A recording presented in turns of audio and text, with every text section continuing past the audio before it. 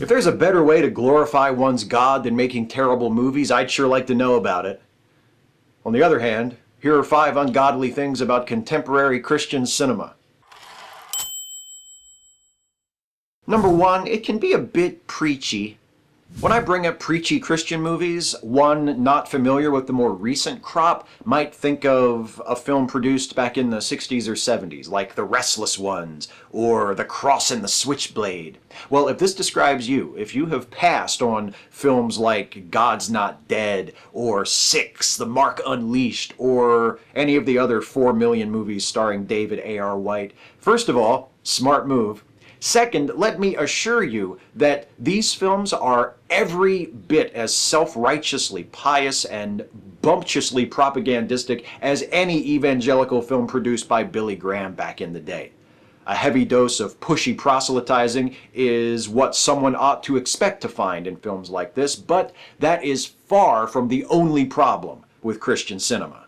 Number 2, it can be a little maudlin. Excessive sentimentality is a common characteristic of bad writing, and bad writing is a trait shared almost universally among contemporary Christian movies, so again, this one's not really a surprise.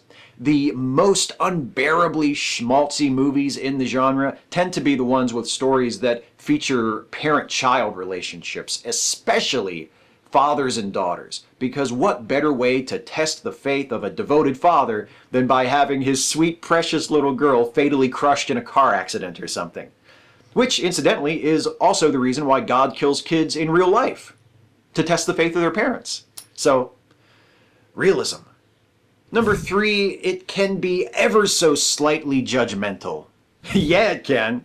Alongside about-to-be tragically killed little girls, another frequently employed stock character of these films is the non-believer who either sees the light or receives a brutal comeuppance. Or, as in the case of Kevin Sorbo's dastardly atheist professor in God's Not Dead, both.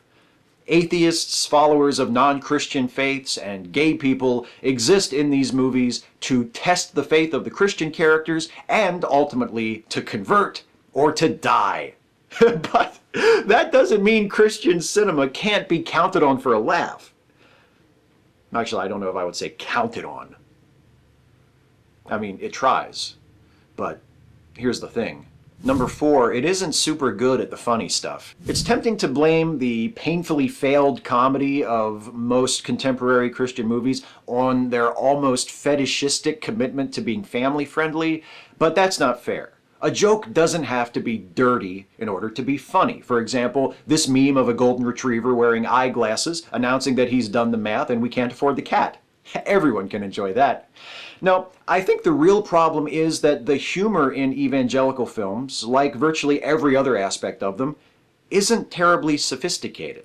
You've got some telegraphed pratfalls, some corny old jokes presented as though nobody's ever heard them before, maybe the occasional extremely vague allusion to the existence of something mildly naughty if the filmmakers are trying to be edgy, and that's really about it.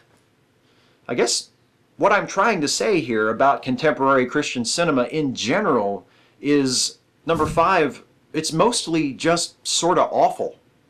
I guess for some folks it's comforting to have an entire genre of films where you know going in that the white Christians will triumph, the black folks will be non-threatening, the jokes will be chaste and jejune, the sexuality will be non-existent, and the sodomites and unbelievers will either be washed clean by the blood of Christ or take their place in the lake of fire. But for me personally, if I were somehow forced to choose between watching a contemporary Christian movie or just reading the Bible, I think most of the time I would choose the latter. The Bible's better written, and more of a laugh, except for Elisha. That guy had no sense of humor. The hardest part is picking only 5. Catch you next time. Hey folks, hope you enjoyed this video. If you did, please like, share, and subscribe. And also please consider helping me to make more videos like this one by supporting this channel through Patreon. You can go to patreon.com/Steve Shives to become a patron. Thanks for watching.